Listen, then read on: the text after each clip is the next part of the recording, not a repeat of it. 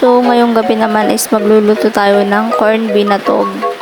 So, yan yung mga rekado niya guys, yung asukal, yung gata, tas yung bear brand. Pwede naman yung white na asukal guys.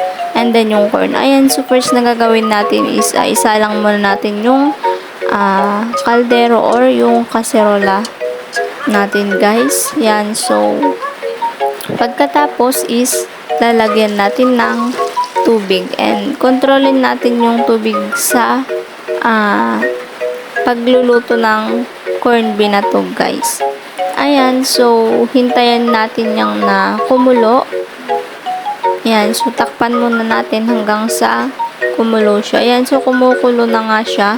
And then yung next na gagawin natin dyan is yung ilalagay natin yung corn natin na durog. Pwede din naman yung corn na hindi nadurog guys. Pwede din nila tayo na gawing binatog corn.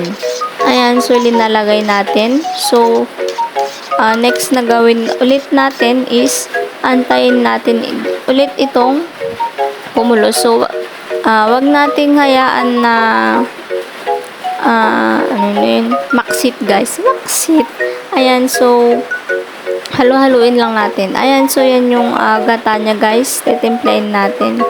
And then, halo-haluin para madingaag balay-balay guys. Balay-balay. Ayan, so halo-haluin natin. Pagkatapos, lalagay natin sa corn binatog.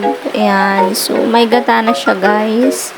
Ayan, so haluin natin para madingamaksit guys. Madingamaksit.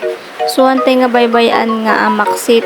Kanayon tayo nga kiwarin guys. Ayan, so hanggang sa kumulo siya guys. So, ilalagay natin yung bear brand. Pwede din naman yung durin. Pero, wala siyang masyadong lasa. Kanu. And so, okay lang naman yung durin guys. Lalo na kapag luto to, saka mo ilalagay yung durin. So, yung bear brand is pampabango lang daw niya yan. Ayan, so yan na yung corn binatog natin. So, binabi na nga tayo dito guys na nagluto. So, gabi na dyan, kaya hindi masyadong kita. Ayan siya guys. So, halo-haluin natin. So, ayan na siya. Yan yung corn binatog natin. Naluto na siya guys. Madali lang siyang lutuin sa basic na rekado. Ayan. So, lalagyan muna natin ng asukal kasi kulang yung tamis niya guys. Kulang yung tamis niya. Ayan. So, lalagay. Yan. Yan na yung binatog natin guys.